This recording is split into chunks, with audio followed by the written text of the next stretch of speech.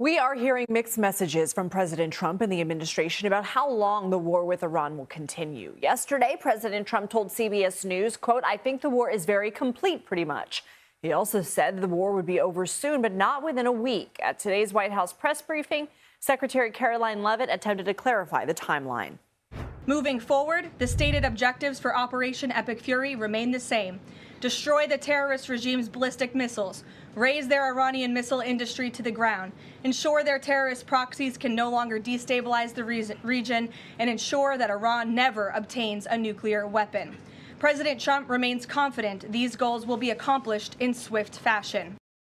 I want to bring in CBS News White House reporter Olivia Rinaldi. Olivia, what stood out to you from today's press briefing? Well, a couple of things, Lindsay. The main headline that stood out to me was the White House confirming there are now about 140 to 150 service members who have been wounded in the war in Iran. Now, we did not get details about whether those were minor injuries, whether they happened as a result of the attacks or the counterattacks, but it is notable that Karoline was confirming it is around that number. CBS has independently said it is around 140 service members who have been wounded.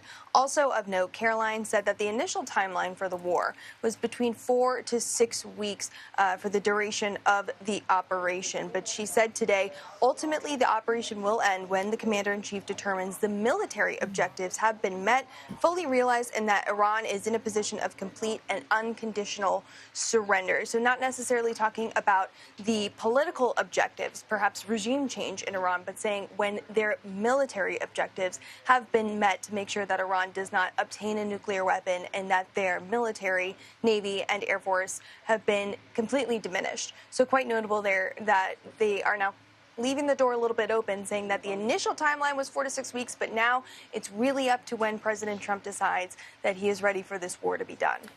And what did the White House say about gas prices?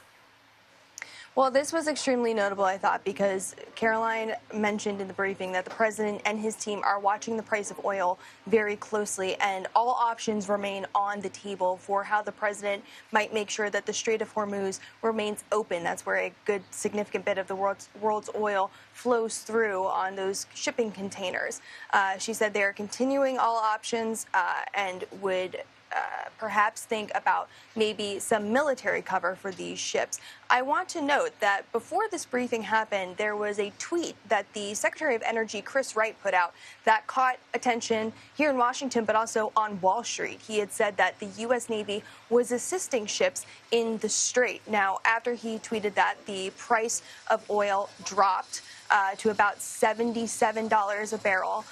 And then he quickly deleted that. And Karoline, in the briefing, said she was made aware of that post. She has not talked to the Energy Secretary, but she said that it was posted in error and that the U.S. Navy has not escorted a tanker or any vessel at this time, though the president says that that will still be an option. He has not decided yet. But now we have seen the price of oil, at least when I last checked, spiked up a little bit to around $84 a barrel. So obviously Wall Street is watching this very closely, watching what the U.S. will choose to do, what lengths they will go to protect this oil coming through the region. And the president last night, in a post on Truth Social, said that if Iran does anything to mess with the oil tankers that are going through the strait, that he promised they will be hit, quote, 20 times harder than they have been hit thus far.